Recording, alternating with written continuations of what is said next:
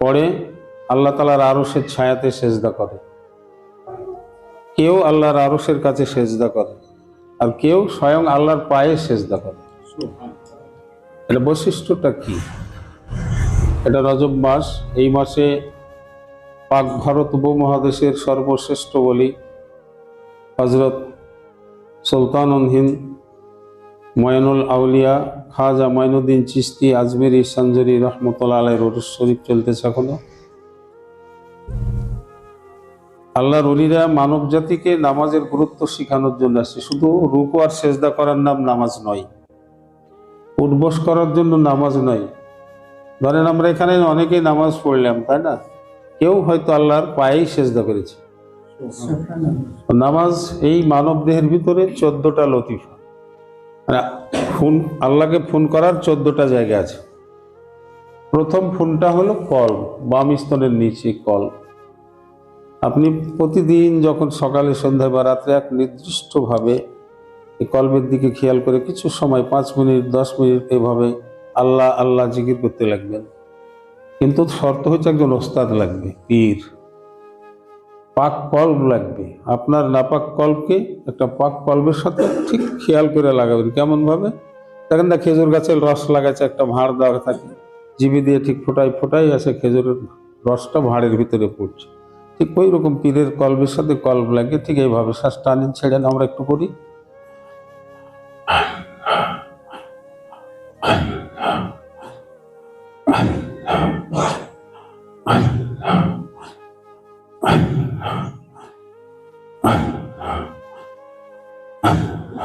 ঠিক এইভাবে শ্বাস টানবেন, ছেড়বেন, চোখ খুলবেন না। যদি আপনার কপাল ভালো হয়ে যায়, নিয়মিত করতে থাকেন, 2-4 দিনের ভিতরে দেখবেন যে আপনার মনে হচ্ছে একটা ধোঁয়া উঠছে, মানে ধুমা বাইর হচ্ছে। অর্থাৎ আপনার কলবের ভিতরে যত গুনাহগুলো আছে সব পুড়ে যাচ্ছে। তারপরে আস্তে আস্তে দেখবেন আগুন জ্বলছে, বোঝা যাবে, ঠিক দেখবেন আগুন জ্বলছে। তারপরে দেখবেন একেবারে ফাঁকা একটা বিশাল ময়দান। তখন আপনি নামাজে দাঁড়াবেন, তো তখন নামাজে দাঁড়িয়ে যখন আপনি রুকু করবেন, তখন মনে হবে যে আরশে আজিম আপনার সামনে চলে আসছে। সেজদা করবেন তো দেখবেন আরশের যে ছায়া পড়ছে, ছায়াতে আপনার সেজদা পড়ছে। এইভাবে যখন এটা হয়ে গেল, আপনার একবার ফাঁকা, ডান স্তনের নিচে আপনার লতিফায় রুহু, দ্বিতীয় ফোন আপনার আল্লাহকে ফোন করার। এইখানে খেয়াল করে আবার একটু আমরা করি, চোখ বন্ধ করি, আনি ওই জায়গাতে ডান স্তনের জায়গাটা যদি খেয়াল না থাকে, ওখানে হাত দেন, ডান স্তনের নিচে একটু হাত দেন, সবাই টানেন ওখান থেকে।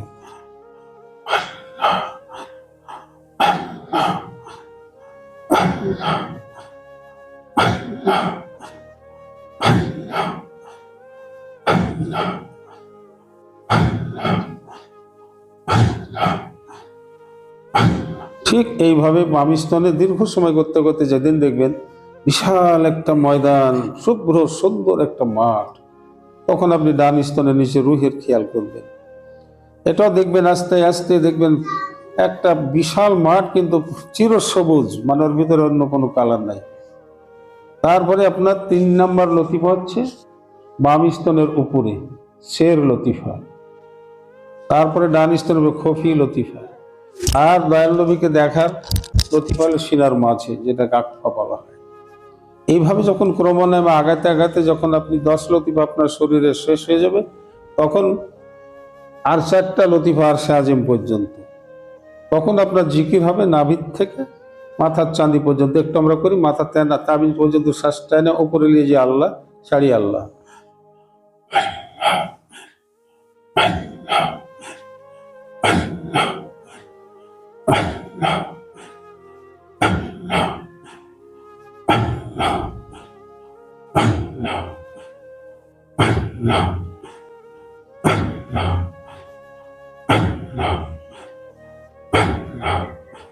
এই জিকিরটা করতে করতে আপনার তখন হবে কি, যদি আপনার ভাগ্য ভালো হয়, তখন দেখবেন আপনি চোখ বন্ধ অবস্থায় সামনে কাবা, পিছনে কাবা, ডানে কাবা, বামে কাবা, উপরে কাবা, নিচে কাবা, যেদিকে যাবেন শুধু কাবা আর কাবা।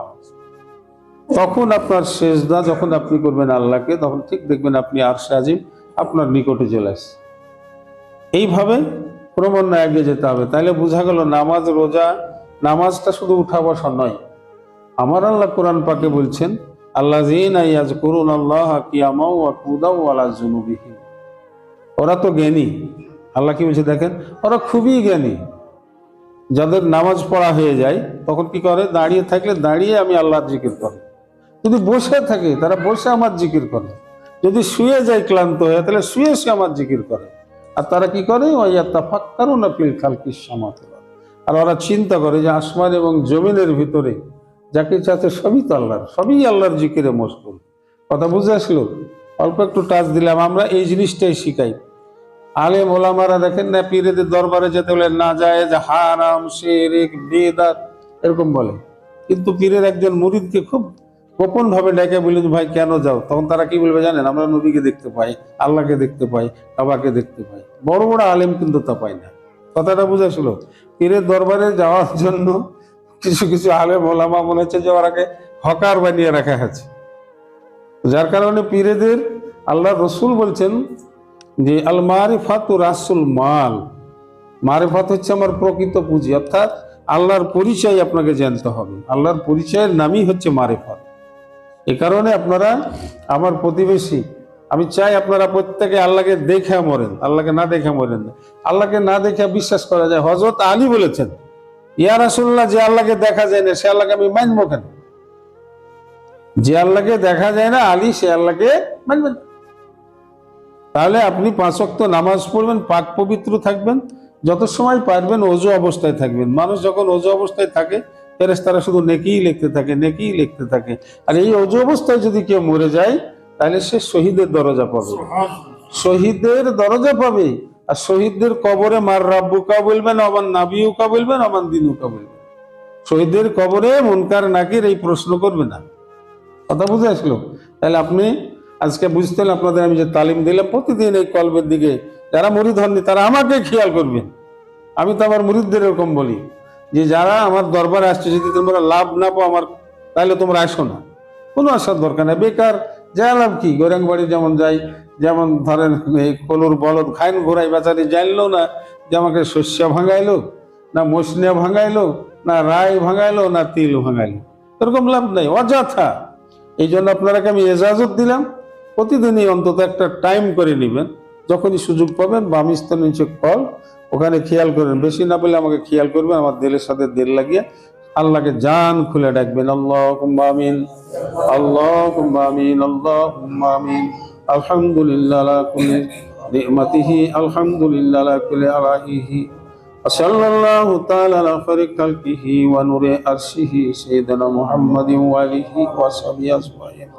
ربنا تقبل منا إنك أنت السميع العليم. ربنا آتنا في الدنيا حسنة وفي الآخرة حسنة وقنا عذاب النار. يا مقلب القلوب قلب على دينك، يا مصرف القلوب صرف قلبي على دينك. اللهم اغفر أمة محمد صلى الله عليه وسلم. اللهم ارحم أمة محمد صلى الله عليه وسلم. اللهم أصلح أمة محمد صلى الله عليه وسلم. اللهم فرج أمة محمد صلى الله عليه وسلم. اللهم تزوج أمة محمد صلى الله عليه وسلم رحمة أمة. اللهم سلم أمة محمد صلى الله عليه وسلم. اللهم اغفر لي ولوالدي ولمن طالد ولمشايخنا وارحمهما كما ربياني صغيرا. এই সময় একটু নিজের মা বাপ, মৃত পিতামাতা যারা মারা গেছে তাদের স্মরণ করে তাদের মাফের উদ্দেশ্যে আমরা খালিস অন্তরে পড়ি, রব্বির হামহুমা কামা রব্বায়ানি সগীরা। রব্বির হামহুমা কামা রব্বায়ানি সগীরা। রব্বির হামহুমা কামা রব্বায়ানি সগীরা। اغفر لجميع المؤمنين والمؤمنات والمسلمين والمسلمات الأحياء منهم والأموات إنك مجيب الدعوات برحمتك يا أرحم الراحمين. سبحان ربك رب العزة عما يصفون وسلام على المرسلين الحمد لله رب العالمين ثم من بحق لا إله إلا الله محمد رسول الله سنة نقول